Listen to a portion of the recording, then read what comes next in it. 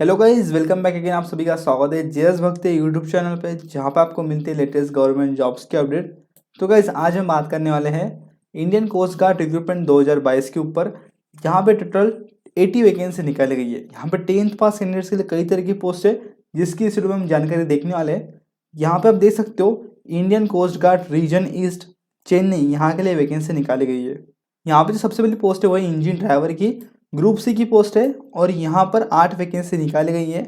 Qualification की बात की जाए तो 10th पास कैंडिडेट्स और जिनके पास में इस फील्ड के अंदर सर्टिफिकेट रहता है रिकॉग्नाइज्ड इंस्टीट्यूट का, गवर्नमेंट इंस्टीट्यूट का, तो आप अप्लीकेशन कर सकते हो। यहाँ पे आपकी जो पोस्टिंग होंगी वो चेन्नई, कारिकाल, मंदापम, विशाखापट्टनम यहाँ पे हो सकती है। यहाँ पे देखिए 25,500 से लेकर 81,100 रुपये आपको पे स्केल दिया जाएगा। 18 से 30 साल तक के कैंडिडेट्स अप्लीकेशन कर सकते हैं। उसी के बाद में जो सेकेंड पोस्ट है वो सारंग लश्कर की, जिसके लिए 3 वैकेंसी निकाली गई है। और यहाँ पर 10th पास कैंडिडेट्स और जिनका इस फील्ड के अंदर सर्टिफिकेट है जिनके पास में, वो अप्लीकेशन कर सकते हैं। उसी तरह सैलरी भी आप देख सकते हो, सेम सैलरी है ऊपर की तरह। थर्ड पोस्ट है स्टोर कीपर ग्रेड 2 की, 4 वैकेंसी निकाली गई है। और यहाँ पर 12th पास कैंडिडेट्स अप्लीकेशन कर सकते हैं, और जिनको 1 साल का एक्सपीरियंस रहता है स्टोर्स में काम करने का, किसी भी पब्लिक सेक्टर में या फिर किसी प्राइवेट सेक्टर में या फिर किसी भी गवर्नमेंट ऑर्गेनाइजेशन में आपने यदि काम किया होगा तो आप अप्लीकेशन कर सकते हो। आपको 1 साल का एक्सपीरियंस चाहिए। 18 से 25 साल तक का एज लिमिट दे रखा है। उसी के बाद में आप देख सकते हो यहाँ पे पे स्केल भी आपको दिया गया है। तो 19,900 से लेकर 63,200 रुपये पे स्केल आपको दिया जाता है। फोर्थ पोस्ट है civilian motor transport driver ordinary grade, इनकी तो ये ग्रुप सी की पोस्ट है, जिसके लिए 24 वैकेंसी निकाली गई है। आप पोस्टिंग की लोकेशंस भी देख सकते हो। यहाँ पे 19,900 से लेकर 63,200 रुपये पे स्केल आपको दिया जाएगा। 10th पास कैंडिडेट्स आप अप्लीकेशन कर सकते हैं, लेकिन आपके पास में लाइट और हेवी दोनों व्हीकल का, मोटर व्हीकल का लाइसेंस रहना चाहिए। आपको 2 साल का एक्सपीरियंस भी यहाँ पे चाहिए। उसी तरह नॉलेज रहना चाहिए आपको मोटर मैकेनिज्म का, यानी कि आपको कहीं उसमें कोई खराबी आ जाती है तो आपको वो छोटा सा डिफेक्ट आपको सॉल्व करते आना चाहिए। तो इस तरह का भी नॉलेज आपको चाहिए यहाँ पर इस पोस्ट के लिए। तो 18 से 27 साल तक का एज लिमिट दे रखा है। नेक्स्ट पोस्ट है फायरमैन की, जिसके लिए 6 वैकेंसी निकाली गई है। यहाँ पर 10th पास कैंडिडेट्स और जो फिजिकली फिट कैंडिडेट्स है वो अप्लीकेशन कर सकते हैं। फिजिकल स्टैंडर्ड्स आपको यहाँ पे दिया गया है। तो यहाँ पे हाइट विदाउट शूज़ 165 सेंटीमीटर आपकी हाइट चाहिए। और जो एसटी कैटेगरी से कैंडिडेट्स आते हैं और जो हिली एरिया से कैंडिडेट्स आते हैं, उनको 2.5 सेंटीमीटर का हाइट में रिलैक्सेशन दिया जाता है। यहाँ पे चेस्ट अनएक्सपांडेड 81.5 सेंटीमीटर चाहिए, ऑन एक्सपांशन 85 सेंटीमीटर चाहिए। तो चेस्ट का भी क्राइटेरिया आप देख सकते हो, मेल कैंडिडेट्स के लिए है ये। उसी के बाद में वेट चाहिए 50 kg मिनिमम। और उसके बाद में आपकी एंड्योरेंस टेस्ट होंगी, जिसके अंदर आपको फर्स्ट पॉइंट दिया गया कि आपको 63.5 किलोग्राम के एक पर्सन को आपको उठा के 183 मीटर्स तक चलना है 19 सेकंड्स के अंदर। तो ऐसा देखिए आपको एंड्योरेंस टेस्ट यहाँ पे लिया जाएगा। उसी साथ साथ जो सेकंड पॉइंट है वो है 2.7 मीटर वाइड डिच आपको परफॉर्म करना पड़ेगा, यानी कि लॉन्ग जंप आपको लगानी है। और यहाँ पे आपको 3 मीटर तक वर्टिकल रोप के ऊपर खुद के हाथों से और पैरों से क्लाइंबिंग करना पड़ेगा। तो ये देखिए 3 पॉइंट्स आपके एंड्योरेंस टेस्ट के यहाँ पे बता रखे हैं। तो इस बात को ध्यान रखते हुए आपको अप्लीकेशन करना है फायरमैन पोस्ट के लिए। 18 से 27 साल तक कैंडिडेट्स यहाँ पे अप्लीकेशन कर सकते हैं। यहाँ पे उसी के बाद में जो पोस्ट है वो है आईसी फिटर की, 6 वैकेंसी इसके लिए निकाली गई है। आप पोस्टिंग की लोकेशंस भी देख सकते हो। 10th पास यहाँ पे अप्लीकेशन कर सकते हैं। और यदि आपने इसके अंदर अप्रेंटिसशिप कर रखी है, आईसी फिटर की कोई आपने अप्रेंटिसशिप कर रखी है, तो आप अप्लीकेशन कर सकते हो। यदि आपने अप्रेंटिसशिप नहीं की है तो उसके भी ऊपर आपको यहाँ पे सोल्यूशन दिया गया है। तो सोल्यूशन में वो क्या बोल रहा है कि आपका आईटीआई कंप्लीट रहना चाहिए फिटर ट्रेड में से, और आपको 1 साल का ट्रेड एक्सपीरियंस चाहिए। यदि ये क्वालिफिकेशन भी आपके पास में नहीं रहता है तो यहाँ पे नीचे आपको और एक सोल्यूशन दिया गया है। वो बोलते हैं कि आपको 4 साल का एक्सपीरियंस चाहिए इस ट्रेड के अंदर। तो गाइस यहाँ पे 10th पास तो चाहिए। और यदि बी जो पॉइंट है, ये बी पॉइंट आपके पास में नहीं है तो ये आपको दिया गया था सोल्यूशन। और यदि ये भी नहीं रहता है तो ये सोल्यूशन आपको दिया गया था। लेकिन जो सी पॉइंट है आखिरी का, ये देख सकते हो आप। तो ये पॉइंट क्या बोलते हैं कि आपको ट्रेड एग्जामिनेशन पास करनी पड़ेगी। यहाँ पे 18 से 27 साल तक का एज लिमिट दिया गया है। उसी के बाद में स्प्रे पेंटर की वैकेंसी है, जिसके लिए 1 वैकेंसी निकाली गई है। यहाँ पे 10th पास अप्लीकेशन कर सकते हैं। इसेंशियल क्वालिफिकेशन आप देख सकते हो। यहाँ पे आपका अप्रेंटिसशिप यदि स्प्रे पेंटर में कंप्लीट रहता है तो आप अप्लीकेशन कर सकते हो। डिजायरेबल क्वालिफिकेशन में 2 साल का एक्सपीरियंस मांगा गया है। 18 से 27 साल तक का एज लिमिट है।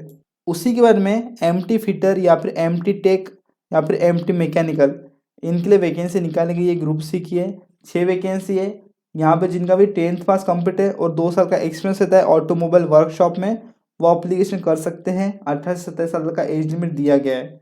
उसी के बाद में मल्टीटास्किंग स्टाफ मेल की वैकेंसी है, जिसके लिए 10th पास एप्लीकेशन कर सकते हैं और 2 साल का एक्सपीरियंस चाहिए। माली इन एनी नर्सरी या फिर किसी ऑर्गेनाइजेशन में आपको माली का एक्सपीरियंस चाहिए 2 साल का। यहाँ पे आप देख सकते हो उसी के बारे में मल्टीटास्किंग स्टाफ पेओन की वैकेंसी है, जिसके लिए 10th पास एप्लीकेशन कर सकते हो और आपको 2 साल का ऑफिस अटेंडेंट का एक्सपीरियंस चाहिए।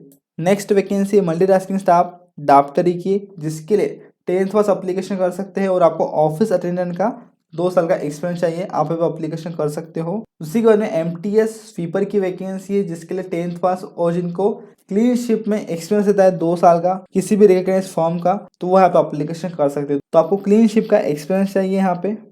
उसी के बाद में शीट मेटल वर्कर की पोस्ट है, जिसके लिए एक वैकेंसी निकाली गई है। 10th पास या फिर जिनका आईटीआई हुआ है वो यहाँ पे एप्लीकेशन कर सकते हैं, लेकिन आपको 3 साल का एक्सपीरियंस चाहिए इस ट्रेड में। यहाँ पे इलेक्ट्रिकल फिटर सेमी स्किल की वैकेंसी है, जिसके लिए 10th पास एप्लीकेशन कर सकते हैं। यहाँ पे जिनका आईटीआई हुआ है इस फील्ड में से वो एप्लीकेशन कर सकते हैं, आपको 3 साल का एक्सपीरियंस भी चाहिए। लास्ट पोस्ट है लेबरर की, जिसके लिए 10th पास एप्लीकेशन कर सकते हैं। यहाँ पे आपका आईटीआई कंप्लीट है तो भी आप एप्लीकेशन कर सकते हो, आपको भी 3 साल का एक्सपीरियंस रहना चाहिए। तो इस तरह से हमने यहाँ पे पोस्ट और उनका क्वालिफिकेशन देख लिया, सैलरी भी आपको दी गई है, आप देख सकते हो नोटिफिकेशन में।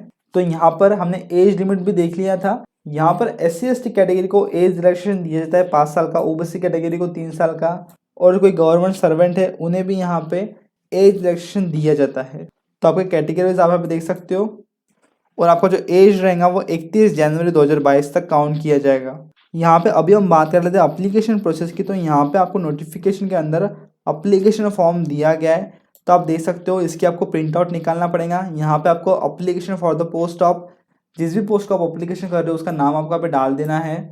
कैटेगरी आपको यहाँ पे आपकी सिलेक्ट कर लेनी है। यहाँ पे आपको ब्लॉक लेटर्स में आपका नाम लिखना पड़ेगा, पिताजी का नाम, डेट ऑफ बर्थ, एज आपको डालनी है और फोटो आपको यहाँ पे लगाना पड़ेगा। उसी के बाद में क्वालिफिकेशन की डिटेल्स आपको यहाँ पे डालनी है इस बॉक्सेस के अंदर। ईयर ऑफ पासिंग, आपको कितने परसेंटेज मिले, कौन से बोर्ड से आपने एग्जामिनेशन पास की थी, जेंडर आपको यहाँ पे बताना है, नेशनलिटी, आइडेंटिफिकेशन मार्क्स यानी कि आपको कहीं पे तिल है क्या उसकी जानकारी, या फिर कोई भी आइडेंटिफिकेशन मार्क्स जो कि आपके बॉडी पे है वो आपको यहाँ पे बताना पड़ेगा। कैटेगरीज आपको बताना है, यदि आप PWD कैटेगरी से आते हो तो उसकी इन्फॉर्मेशन आपको दे दी है। एक्सपीरियंस यदि आपको रहता है तो उसके बारे में आपको बताना पड़ेगा। मैरिटल स्टेटस, आपका एड्रेस विथ पिन कोड आपको यहाँ पे देना है, परमानेंट एड्रेस, दोनों भी आपको यहाँ पे एड्रेस देना पड़ेगा, करस्पॉन्डेंस और परमानेंट। उसी का जो डिक्लेरेशन फॉर्म है यहाँ पे आपको रीड कर लेना है, और उसके बाद में आपका पे आपका थंब लगाना पड़ेगा, लेफ्ट हैंड का थंब। यहाँ पे आपको सिग्नेचर कर देनी है, और उसके बाद प्लेस और डेट आपका पे डालना पड़ेगा। उसी के बाद में जो इनकम एसेट सर्टिफिकेट है ये EWS कैटेगरी के लिए रहता है। तो EWS कैटेगरी से यदि बिलोंग करते हो आप तो आपको ये इनकम एसेट सर्टिफिकेट यहाँ पे फिलअप करना पड़ेगा। तो इस तरह से आपको अप्लीकेशन फॉर्म फिलअप कर लेना है। फिलअप हो जाने के बाद में आपको यहाँ पर इस एड्रेस पे वो सेंड करना है। तो आप यहाँ पे एड्रेस देख सकते हो, the commander coast guard region east near Napier bridge fort ST George PO Chennai. यहाँ पे आपको ये सेंड करना पड़ेगा इस एड्रेस पे। ऑर्डिनरी पोस्ट के थ्रू आपको सेंड करना है, और किसी भी स्पीड पोस्ट के थ्रू या फिर कुरियर के थ्रू, रजिस्टर पोस्ट के थ्रू आपको सेंड नहीं करना है। तो ऑर्डिनरी पोस्ट के थ्रू आपको सेंड करना है। और आप जब पोस्ट ऑफिस में जाओगे तब आपको वहाँ पे जिस एनवलप के अंदर आपका एप्लीकेशन फॉर्म आप डालोगे उस एनवलप के ऊपर आपको लिखना पड़ेगा application for the post of. देखिए ऐसा यहाँ पे आपको लिखना पड़ेगा उस एनवलप के ऊपर, और वहाँ पे आपका पोस्ट का नाम आपको लिखना है। तो एनवलप के अंदर आपको एप्लीकेशन फॉर्म और कुछ डॉक्यूमेंट्स डालने पड़ेंगे। तो जैसे कि देखिए, आप जिस भी ट्रेड से बिलोंग करते हो उस ट्रेड का सर्टिफिकेट, क्वालिफिकेशन के जितने भी सर्टिफिकेट है आपके 10th क्वालिफिकेशन के, वो सर्टिफिकेट्स, एज प्रूफ के लिए आप आपका एज का सर्टिफिकेट यानी कि बर्थ सर्टिफिकेट दे सकते हो। ड्राइविंग लाइसेंस डालना पड़ेगा आपको उसके अंदर। जो भी ordinary grade motor vehicle driver के लिए अप्लाई कर रहे हैं, बहुत हेवी एंड लाइट व्हीकल का आपको ड्राइविंग लाइसेंस डालना पड़ेगा। उसी तरह जो कैटेगरी आती है SC/ST OBC और EWS, आपको यहाँ पे आपको कैटेगरी का सर्टिफिकेट डालना है। और जो EWS कैटेगरी है उनको वो परफॉर्मा मैंने जो अभी दिखाया था वो आपको फिलअप करके डालना पड़ेगा, यानी कि इनकम एसेट सर्टिफिकेट। और यदि आपको एक्सपीरियंस रहता है तो एक्सपीरियंस सर्टिफिकेट भी आपको यहाँ पे डाल देना है। और जो कैंडिडेट्स गवर्नमेंट एम्प्लॉयज है आपको यहाँ पे नो ऑब्जेक्शन सर्टिफिकेट भी डालना पड़ेगा इस एनवलप के अंदर। तो ये सारे डॉक्यूमेंट्स आपको एप्लीकेशन के साथ एनवलप में डाल देने हैं, और उनकी जीरोक्स कॉपी आपको डालना पड़ेगा और सेंड करना है इस एड्रेस पे। तो इस तरह से आपको एप्लीकेशन सेंड करना पड़ेगा। और अभी हम बात करते हैं इसकी लास्ट डेट की। तो नोटिफिकेशन में आपको क्या बोला गया है कि इसकी जो लास्ट डेट है वो रहेंगी 30 दिन के बाद, यानी कि जब से नोटिफिकेशन आया है वहाँ से 30 दिन के बाद तक इसकी लास्ट डेट रहेंगी। यानी कि यहाँ पे आप पकड़ के चलिए 28 फरवरी के पहले आपको यहाँ पे अप्लीकेशन कर देना है और आपका अप्लीकेशन सेंड हो जाना चाहिए। तो ये प्रोसेस आपको जल्द से जल्द करनी पड़ेगी। तो इस तरह से आपको अप्लीकेशन कर देना है। तो हमने बात कर ली अप्लीकेशन की, लेकिन अप्लीकेशन के बाद में जितने भी कैंडिडेट्स को यहाँ पे अप्लीकेशन को देखते हुए, आपके मार्क्स को देखते हुए आगे शॉर्टलिस्ट किया जाएगा और उनकी एक मेरिट लिस्ट लगाई जाएंगी और उन्हीं कैंडिडेट्स को आगे रिटर्न टेस्ट के लिए बुलाया जाएगा। तो सिलेक्शन प्रोसेस है रिटर्न टेस्ट के बेसिस पे। तो आपका रिटर्न टेस्ट यहाँ पे होता है, जितने भी कैंडिडेट शॉर्टलिस्ट हो गए आपका रिटर्न टेस्ट होगा। रिटर्न टेस्ट का जो एग्जामिनेशन पैटर्न रहता है और जो सिलेबस है वो यहाँ पे नोटिफिकेशन आपको दिया नहीं है। तो जितने भी ग्रुप सी की पोस्ट है उन्हीं का यहाँ पे रिटर्न टेस्ट होने वाला है, जो कि आपको क्वालिफाई करना पड़ेगा। 50 मार्क्स चाहिए मिनिमम सभी कैटेगरीज को और 45% चाहिए SC ST कैटेगरीज को। तो ये एग्जामिनेशन तो आपका होगा ही, लेकिन आपका यहाँ पे ट्रेड या फिर स्किल टेस्ट भी होता है जो कि आपके ट्रेड के ऊपर डिपेंड करता है। तो वो ट्रेड से रिलेटेड एग्जामिनेशन रहेगा, वो भी आपको क्वालिफाइंग करना पड़ेगा। तो इसकी सारी जानकारी आगे आपको बता देंगे जैसे आपका शॉर्ट लिस्टिंग यहाँ पे हो जाएगा तब। तो देखिए 2 तरह के आपके एग्जामिनेशन पे होने वाले हैं, रिटर्न टेस्ट और स्किल टेस्ट। यहाँ पे मैंने आपको पोस्टिंग बता दी थी।